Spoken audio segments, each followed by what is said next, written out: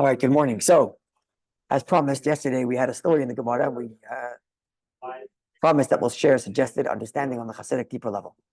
So let's recap the story that we read. The story essentially goes like this.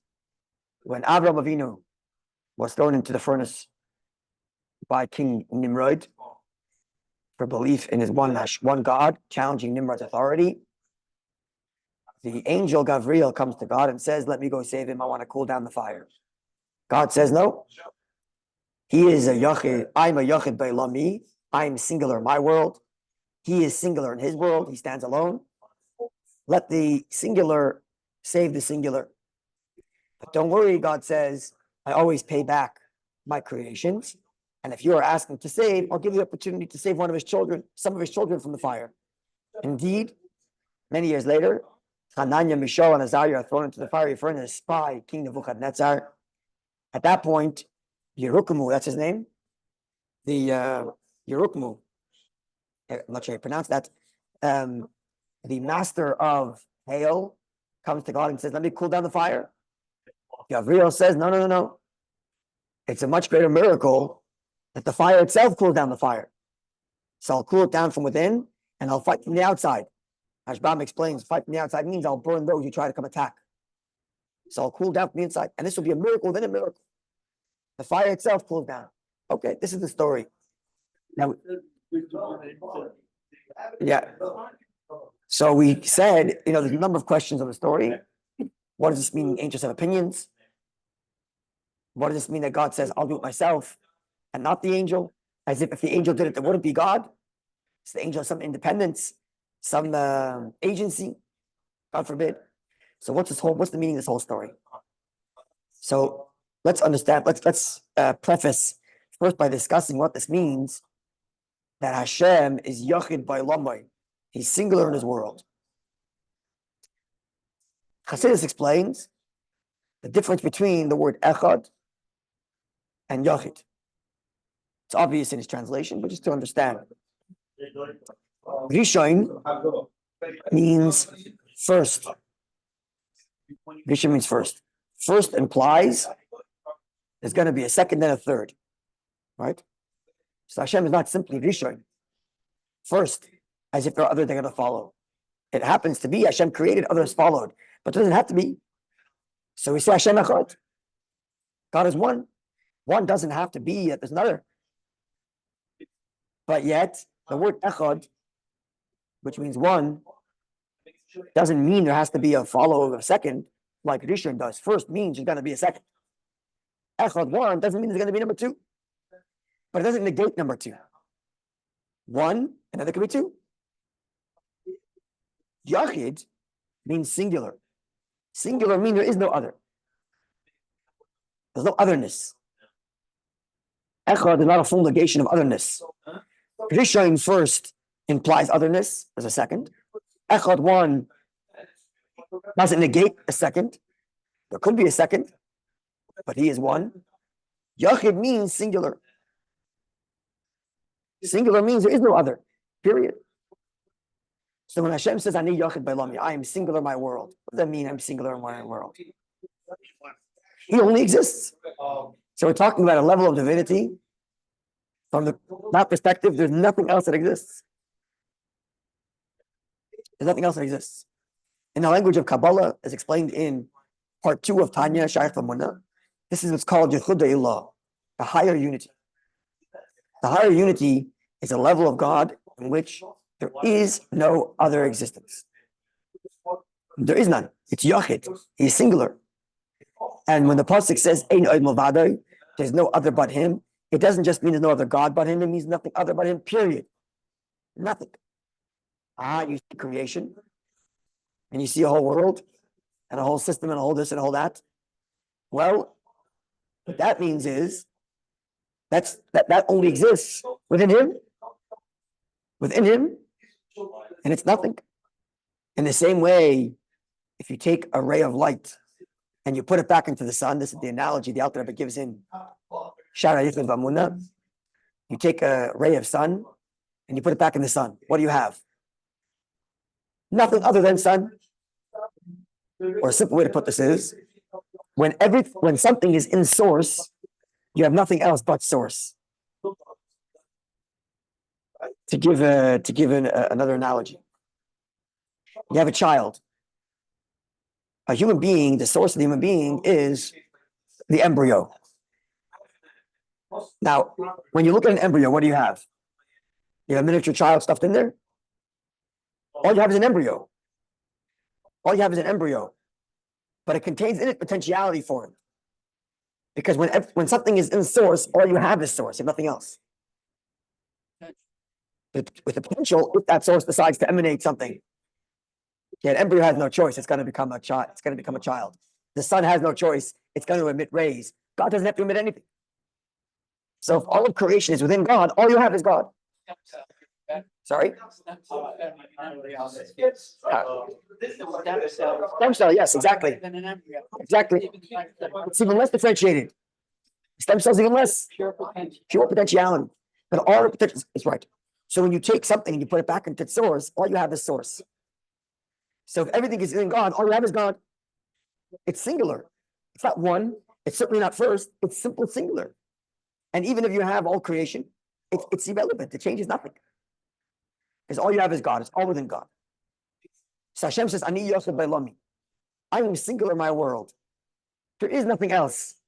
You, Angel Gabriel, Avram, the world, all of it's all within me. It's all me. So what does it mean that Avram is Yochid Be'olami? What does it mean that Avram is singular in his world? That means it's like this. So before we get to that, let's go to a different level. So level one, the higher level, we just described the higher unity. Everything is within the source Hashem, and if there's nothing else but Hashem. Then there is what Kabbalah called the lower unity. As explained by the Alter Rebbe in part 2 of Tanya, the lower unity means like this. The problem, so to speak, quote unquote, the problem with the higher unity is that it completely ignores your perspective. It ignores the perspective of creation. Because the perspective of creation is irrelevant. It's all within God. So whatever the perspective of creation is irrelevant. It's all within Hashem. So the higher unity is a more pure, true unity, because all there is Hashem, but it ignores the reality of creation. That's the whole point of this unity. It's all within Hashem. It makes a difference what you think, feel, or do. It's all within Hashem. The lower unity says like this. Hashem's oneness is found even in your perspective. Meaning like this. Not just is it true that everything is within Hashem, it's higher unity. But additionally, you know what else is true? Hashem is in everything. Very different. Everything's within Hashem means all of existence is irrelevant. It's all within Hashem. Lower unity is Hashem is inside of everything. So does it matter if existence is there? Of course it matters. And Hashem chooses to put himself into all of creation. It's lower unity. It does take into consideration your perspective. And in your perspective, God's there too. In your feelings of otherness, Hashem is there too. Even in the world. This is a massive contradiction almost. We're talking about a sense of otherness, and in that otherness, Hashem is there too. But that's the ultimate truth of there's no place void of Hashem. There's no place void of Hashem means even the perspective of creation is permeated by the truth of Hashem. Not just everything is in Hashem, but Hashem is in everything. Okay? So this lower unity, which is Hashem is in everything, that's a perspective that you and I can adopt. We cannot adopt the perspective that says that everything's inside Hashem and everything is nothing. What do you mean everything is nothing? I'm here. The table's here. I can theorize and understand that because everything's in Hashem, there's nothing but Hashem. But it's not a perspective I can adopt. Because 2 seconds after I have that thinking, I'm hungry. I am thirsty. Right? So I cannot have this perspective which says everything's in Hashem. I can't have it. So I'm here. What's the perspective that I could have? In my hungry, Hashem is there too. Okay, so I'm going to eat for Hashem's sake. So which means I cannot have the perspective of Yachid, singular. What's the perspective I could have? Echad, one. And Hashem is in everything. Hashem is one in everything. Which is why we don't say Shema Yisrael, Hashem Elokeinu, Hashem Yachid. We say Hashem Echad. God is one. And what does Echad present? Aleph represents the oneness of Hashem. The Ches, the 7 heavens and the earth. Dalet, the 4 corners. What are we declaring? That Hashem's oneness is in everything. That's a perspective I can adopt. Following? So the perspective of most of us is we have nature. And in nature, Hashem, we have a business. The business provides, as you learned earlier by Hallel. The business provides, but the Hashem provides through the business. Gavriel, the angel, provides fire. Hashem provides it through Gavriel. So the angels, the idea of angels doing something is the lower unity, which is Hashem operates through these various different means. They're vehicles. And that's the perspective most of us adopt. Hashem is one, but he's one in all this reality that I see. And he operates through them. So Gavriel is saying, okay, let me go down and put the fire out. That's my agency, it's my job. Says Hashem, no. Avraham lives on a different level. Most people in the world, the highest level they can get to is Hashem Echad one, where Hashem is in everything. And from that perspective, it's right and true that there are agents that do Hashem's will, because Hashem is in everything. But Avraham is Yachid Be'elamai. In his world, he still maintains the perspective of Yachid, the oneness of Hashem, where the only truth is me. And therefore, his connection to me is me, myself, not through any agents. His connection to me is on my absolute truth, not through any agents. Because Yachid Be'elamai, even in his world, he maintains Yachid. He maintains a singular perspective that Hashem is the only truth and everything is in God. So it would be inappropriate for Hashem to express himself through the particular means of an agent called Gavriel. Avraham doesn't have that perspective. He has the higher perspective. Hashem would be contradicting himself. Hashem would be contradicting himself, because from my perspective, from this perspective of a higher unity, Yachid, where everything is in Hashem, there is no other agencies. There are no means by which Hashem expresses himself. It's only him. So because Avraham is Yachid Be'elamai, because he has the perspective of the higher unity, therefore only I'm going to do it directly, not through any agents. But don't worry, says Hashem, I am not disregarding the lower unity. His children, they will adopt the lower unity. The average Jew, the lower. Hashem, not average Jew. But the descendants of Avraham may not be able to achieve this perspective of the only reality is God. They'll achieve the perspective of Hashem is in everything. And that's where it's appropriate for you to do the job. So what happens now? Yeah.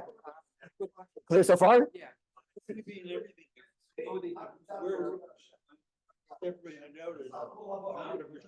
That's our perspective. And even our perspective, which feels independence, Hashem is in there too. This is the great achievement of the lower unity, as explained at great length in chapter 7 of part 2 of Tanya. But even, without explaining how or why, but even in your feelings of separateness, Hashem is in there too. In everything. And that's where it's appropriate to have angels, to have means of Hashem's providence, of providing through Parnasa. All of creation he is working through it. Right? But if you're at the level of Yachid, if you're like Avraham, where Yachid Be'elamai, you're the perspective of Hashem, the only reality, everything's in him, it's not appropriate to mix in your agencies. You're at the highest level where everything's in God. There is no agencies. Hashem is saying to Avraham, oh, you get it. You have my perspective. Different perspective at all. Entirely. Okay, what do you want to say? Sorry, he wants to say something. 1 second.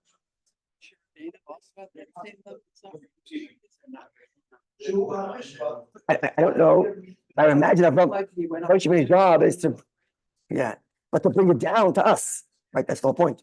And should bring down separation between the higher world and the lower world should be broken, and the higher world can come into the lower world. Right, that was the whole point of giving the Torah, where it comes into the lower world.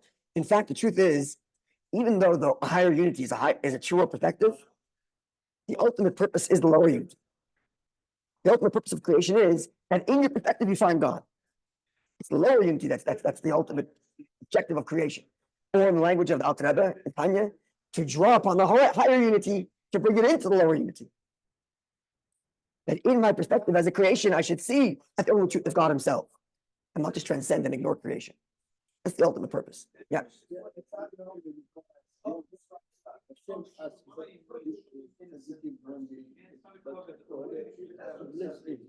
Yeah. Yeah.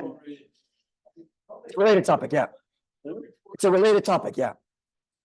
Okay.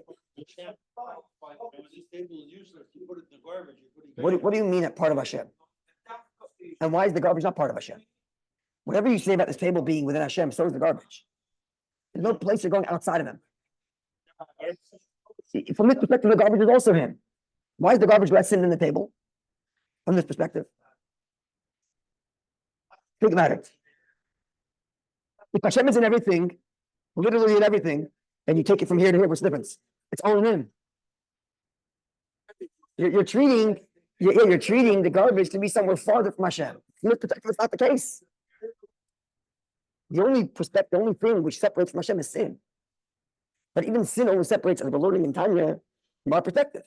Because in the perspective of creation, there's things He wants and things He doesn't want. Right? Which conceal His oneness or reveal His oneness. That's what we're learning in Tanya.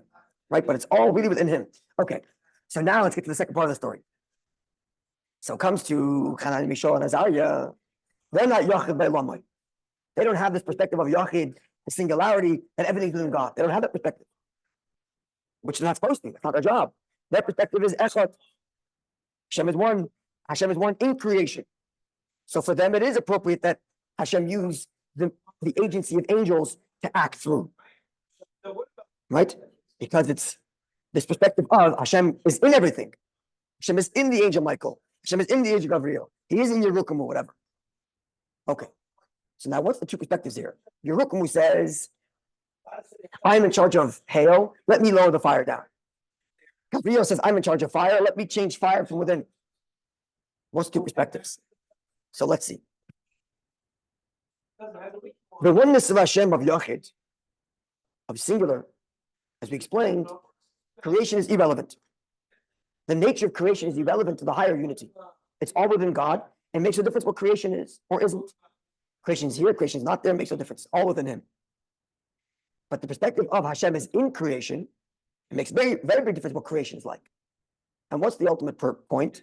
The ultimate point is that in creation, which seems to be independent, you should find the oneness of Hashem. Right? How do you find the oneness of Hashem in creation? By seeing the oneness in creation itself. When you see the interconnectedness of creation, the ecosystem, you see a oneness, you look at the world, it seems disparate. There's people here, people there, there's trees, there's plants, there's fish, they seem disparate. You dig a little deeper, no, they're not disparate. They're very interconnected. You start to see a oneness. Right? And as science develops more and more in understanding creation, they start to become more and more focused on a oneness. Everything shares an atom. Subatomic particles is even more one. Right? That's the mission. Creation is to discover the oneness in the creation, which seems to be disparate and distant and separate and fractured. Right? Following that? You see things distinct, then you discover, no, it's not distinct, it's all one. Right? So the oneness of creation is to be found in the nature of creation, in the nature of reality. Dig a little deeper and find that it's all interconnected. So says Yerukum. Are we trying to drive towards Yachid? Oh, we're trying to find the Yachid in creation. In creation. So you have to go through creation, through what seems to be disparate and distinct entities, find the singularity in it. That's the ultimate objective. Okay, so what did Yerukum say? Yerukum says, here's fire. I am hail. Let me put out the fire. This is my job. Then the argument should be, well, they're both the same. So says Gabriel, you want to truly show how Hashem's oneness is in creation? Let fire itself take out fire. That will demonstrate truly the oneness of Hashem. That even fire, whose job is to create fire, is also one with Hashem and therefore can lower the fire when it needs to be. Even creation itself is not limited to its distinct thing because it's one with Hashem. That's the miracle within the miracle. The miracle within the miracle is not just that there are two opposite forces of creation and one puts out the other by Hashem's command. No, but every part of creation is all one with Hashem, and therefore even the fire which is meant to burn will itself cool down. So within creation, we're showing the oneness of Hashem. When it came to Avram, within creation, what within creation? It's Yachid, it's singular. There's no within creation, everything's within God. No room for angels and agencies. But when it comes to Hanan and Mishael and Azariah, you are not Yachid. They're in the lower level of unity, which is again the ultimate purpose, the lower level of unity, which is to bring the oneness in creation. So therefore, there's a question: which part of creation should demonstrate this oneness of Hashem? At the end, it's Gabriel, that within fire itself, which seems to contradict its instruction, it still goes and does it. Because it's all one, it's all in the service of Hashem. And therefore, from within itself, it demonstrates From within the nature of fire itself, it demonstrates that fire is truly one with Hashem. And if the fire itself cools itself down. There's an expression that says fight fire with fire. Use the same element. Oh, that's right. The Gemara's language elsewhere is, the Gemara says elsewhere a similar comment, which is the handle of the axe comes from the forest that it's chopping down. The handle of the axe is wood, Oh, right. and then it's used to chop down trees. So the handle itself comes from the very forest from which it's knocking down. Right? Meneu Bay, from within itself, is how you, right? Not that, in other words, the oneness of Hashem is not to be in such a way where I exist here, and the oneness of Hashem is being imposed upon me. That's not what we want. What we want is from within my perspective, I find the oneness of Hashem. So not that hail comes and reminds fire of the oneness of Hashem. No, fire itself will find the oneness of Hashem in itself. And therefore Gabriel says, it's my job to do it. And this is Emes Hashem La'olam. What does he declare? Gabriel declares the pasuk, Emes Hashem La'olam. All this came from the fact that the Gemara commented on the Hallel. We say, Hallelu Hashem Kol Goyim, all the nations of the world will praise you. That Hananya said. Right? Hallelu Hashem Kol Goyim, Shabachu Kol Ha'umim, praise all the families of nations. That Mishael said.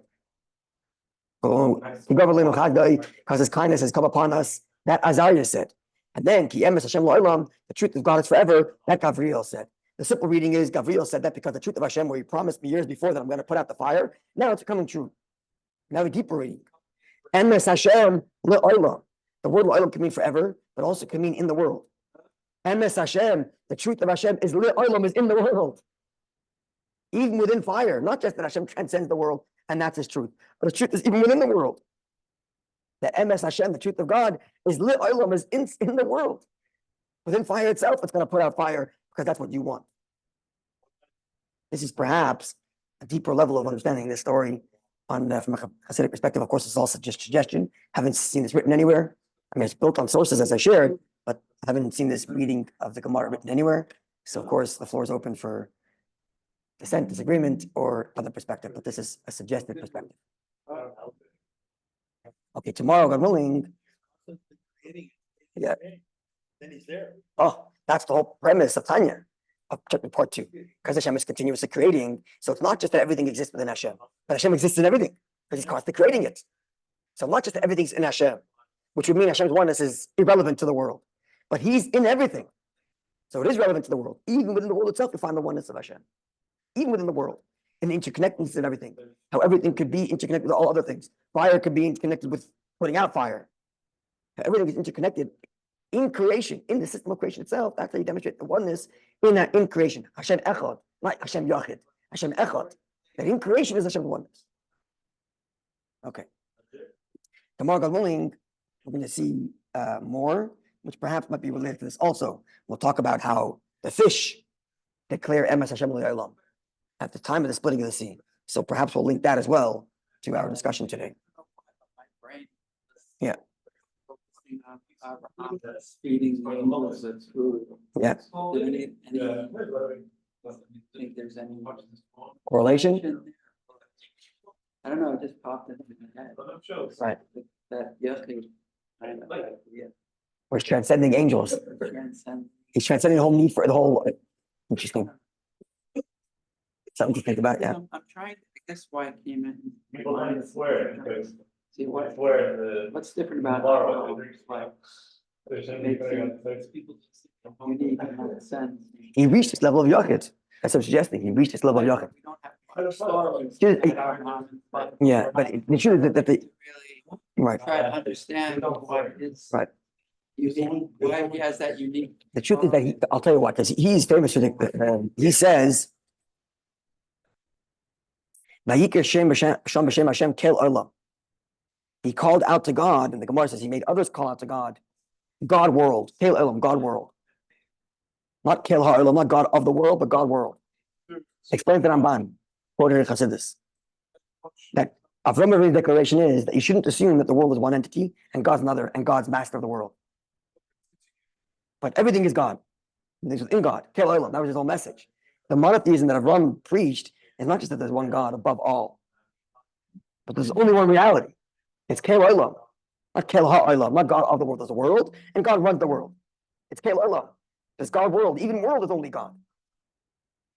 And Avram's unique message, which of course is the ultimate purpose for all of us. But we have to work through our reality to get to that point. Right? We have to find the Yachid in the world, in our world. So eventually we get to Vayashem Echad Ishmay Echad. That's the meaning of that pasuk. God's name will be one, and his name, He will be one, His name will be one. What does that mean? He's not one now. His name's not one now, right? Because name, as Chassidus explains, is this lower unity. A name is what you use to interact with someone else. Living alone, I don't need a name. I only need a name for someone else. Right? So name implies otherness. When Mashiach comes, Hashem Echad Ushmay Echad. Even in a place where there's otherness, there's Shmai, it's also Echad. It's also going to be one, just like Hashem Himself is Echad. That's the ultimate purpose of Mashiach, is to reveal that oneness. He is always Echad, but there's a perspective of Shmai where He's different, where He's separate. We feel separate. But on that day, Hashem Echad Ushmay Echad, even our perspective, which feels separate, will also be one with Him, which is the ultimate goal here. Okay, have a wonderful day, and continue with Hashem's help tomorrow.